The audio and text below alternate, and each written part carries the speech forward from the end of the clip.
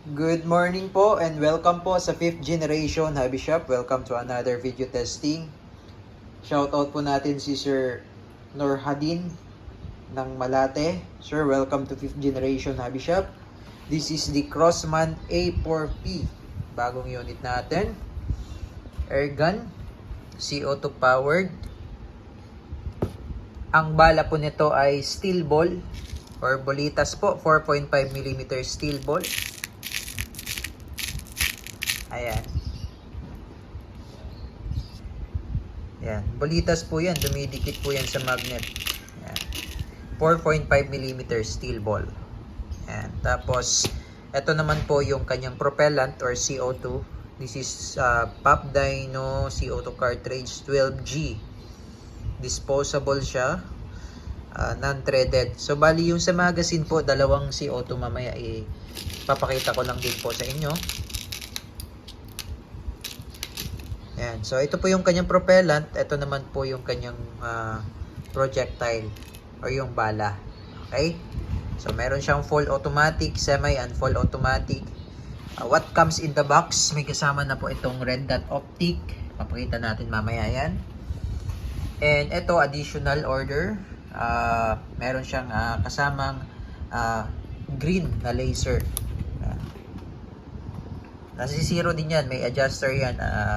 Windage and elevation. So, tatry natin i-zero mamaya para sa testing. Ayan. Crossman A4P. 4.5mm steel ball.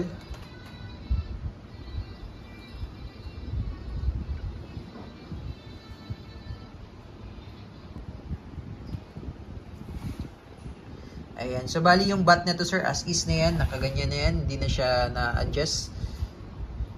Ito yung selector switch para sa semi, full auto, and safe. Yan. Yung nakikita nyo ngayon, semi-automatic yan. Pagka full auto, yan po ang full automatic. Okay, take note po, yan po ang full automatic. Ito po ang semi-automatic. Ito naman po yung safe. Safety. Yan. Okay, again po, ulitin ko po. Yan po yung safe. Ito naman po yung semi-automatic.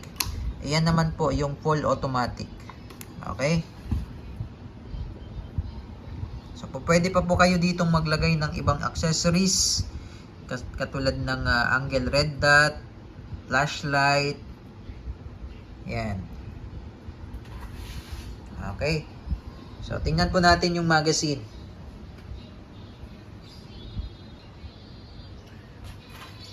Okay, dito naman po tayo sa magazine. So, bali yung magazine po, magazine capacity po nito is 25 rounder capacity. Tapos, dalawang CO2 po yan. Ito, pag tatanggalin nyo po yung cover, ganyan lang.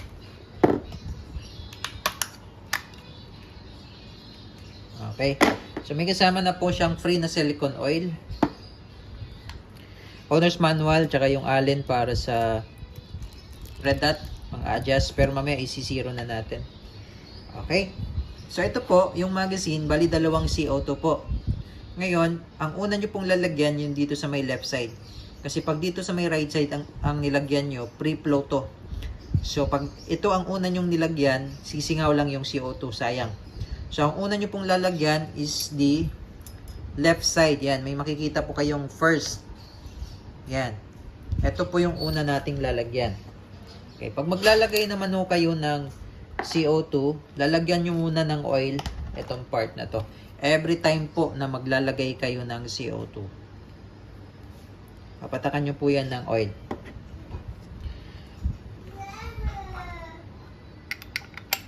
So, may kasama naman po siyang Allen.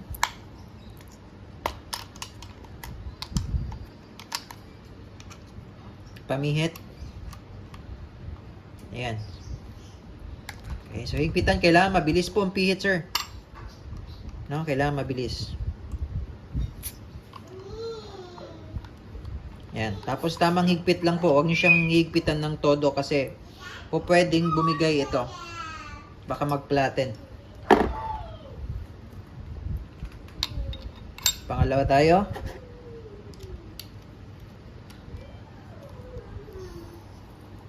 Tamang higpit lang. Yan. Itong allen, pwede nyo pong ilagay dito.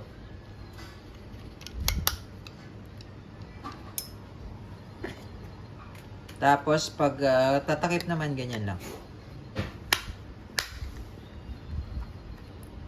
Yan. And now, paglo-load naman po ng bala. So, sa paglo-load ng bala, ito po, isasagad nyo po sa dulo. Yan. Ilalak nyo po siya dyan.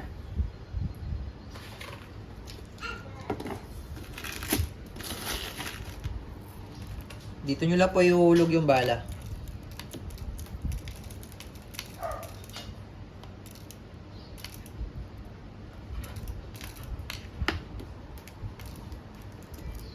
Yan. Tapos, release ng spring. Yan. Okay.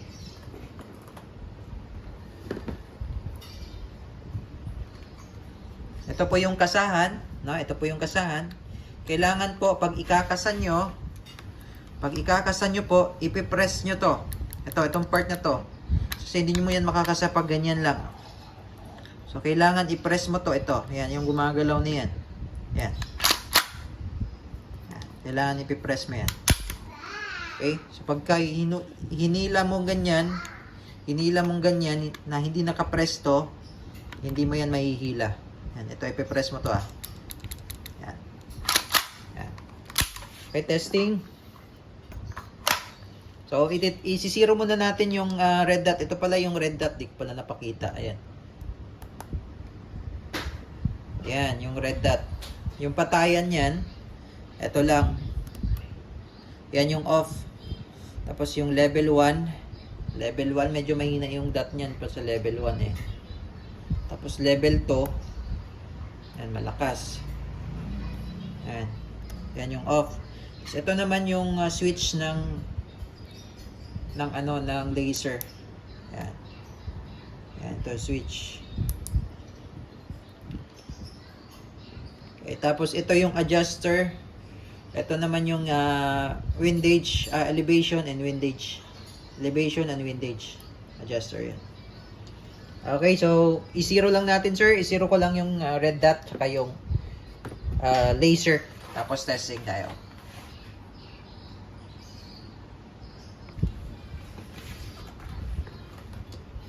Okay, ito po palang sa red dot, meron din po yan adjuster, sir. Ayan. Makikita nyo yung up and down.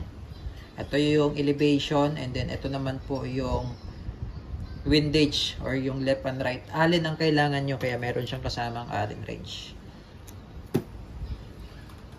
Okay. So testing tayo. Na-zero na namin siya. So kung may konting adjustment man, konting adjust na lang yan, sir. Okay. Pati yung sa laser. Okay, so testing natin. Semi and full auto. Testing, sir. Sir Norhadin. Crossman A4P. So, testing natin sa semi-auto muna para makita nyo yung zero ng laser at red dot. Okay? So, sa red dot po, check natin.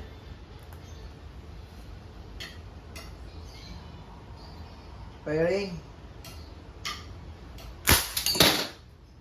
Okay, red dot po yun. Sa laser naman, okay, medyo magalaw. Steady lang natin yung plate para makita nyo. Okay, sa laser naman po, yan, green. Yun. So, naka-zero na po siya.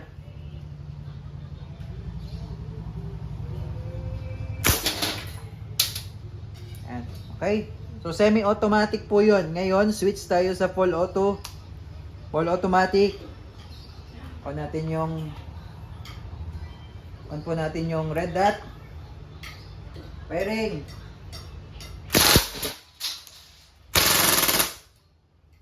Sarap. So, nag-o-open bolt po yan, sir. Pag wala na pong bala yan, nag-o-open bolt. So, ang gawin nyo, release nyo muna magazine. Press nyo lang tong mag-release. Ito po, mag-release. Press nyo. And then, para maibalik yung bolt, press nyo po yung bolt release. Ito po, yung bolt release. Yan. Okay, goods na tayo, sir. So, may CO2 pa po ito.